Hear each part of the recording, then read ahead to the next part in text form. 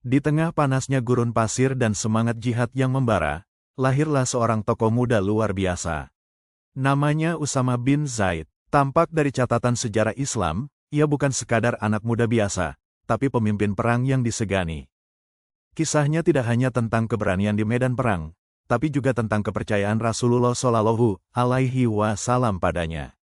Meski usianya masih belia, tanggung jawab besar justru Rasulullah berikan kepadanya. Itu bukan tanpa alasan. Usama bin Zaid merupakan salah satu sahabat Nabi Muhammad Shallallahu Alaihi Wasallam yang terkenal sebagai panglima perang termuda dalam sejarah Islam. Di usia yang baru menginjak 18 tahun, ia dipercaya memimpin pasukan kaum muslimin. Disebutkan bahwa Usama lahir sekitar 7 tahun sebelum peristiwa hijrah. Ia adalah putra dari Zaid bin Haritsah, yang juga merupakan sahabat dekat Rasulullah Shallallahu Alaihi Wasallam. Kisah tentang Usama ini memang selalu menarik untuk kita bahas.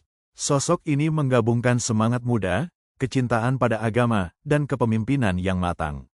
Semuanya tertanam dalam kisah heroik yang patut kita kenang sepanjang masa. Awal mula perjalanan Usama bin Zaid. Usama bukan orang asing di lingkungan Nabi Muhammad Shallallahu Alaihi Wasallam. Ia anak dari Zaid bin Haritsah, anak angkat Rasulullah yang juga sangat beliau cintai. Sedangkan ibunya, Ummu Aiman, adalah pengasuh Nabi sejak kecil. Sejak kecil, Usama tumbuh dalam lingkungan yang penuh kasih dan ilmu. Rasulullah sangat menyayanginya. Usama selalu mengikuti perjalanan dakwah dan perjuangan Rasulullah dari dekat. Biografi singkat Usama bin Zaid. Usama adalah putra dari Zaid bin Haritsah, sahabat yang pernah menjadi anak angkat Nabi Muhammad. Dari garis keturunan ayahnya, Usama termasuk dalam suku Bani Kalbe. Ibunya, Ummu Aiman, merupakan sosok penting dalam kehidupan Nabi karena pernah merawat beliau saat masih kecil. Oleh karena itu, Usama juga mendapat julukan khusus, Al-Hibu ibnu Al-Hibi, yang berarti, yang dicintai, putra dari yang dicintai. Usama wafat di Madinah pada tahun 54 Hijriah. Misi besar melawan Romawi. Tugas besar pertama langsung menantang nyali siapapun yang mendengarnya. Usama bin Zaid harus memimpin pasukan ke wilayah Romawi. Saat itu, kekuatan Romawi bukan main-main, tapi Rasulullah tetap memerintahkannya maju. Bayangkan, di bawah komando Usama, ada tokoh besar seperti Abu Bakar, Umar, dan Sa'ad bin Abi Waqqas. Meski begitu, semua tetap tunduk pada perintah Rasulullah. Pasukan bergerak menuju Balka dan Kalatut Darum, dekat wilayah Gaza. Perjalanan ini bukan tanpa hambatan. Pasukan menghadapi medan berat dan ancaman dari musuh yang besar. Tapi Usama menunjukkan kepemimpinan luar biasa. Ia tidak gentar dan terus memotivasi pasukannya.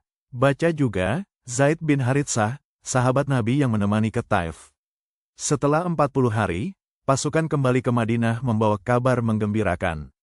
Tidak ada satupun korban jiwa di pihak Muslim. Mereka juga membawa harta rampasan yang banyak. Kemenangan ini membungkam semua keraguan atasnya.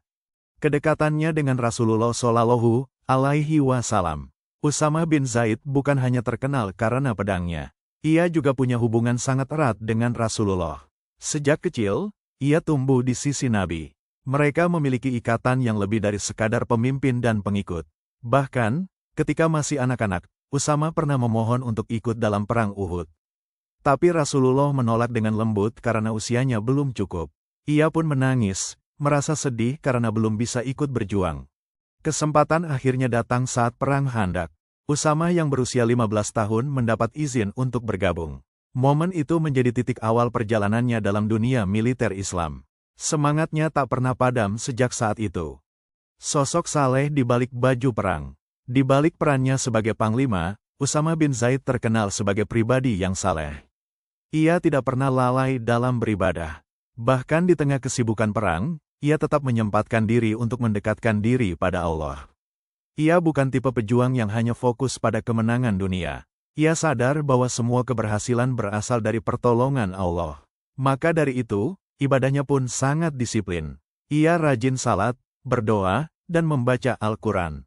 Selain itu, Usama juga terkenal rendah hati. Ia tidak pernah membanggakan diri meski pernah memimpin pasukan besar.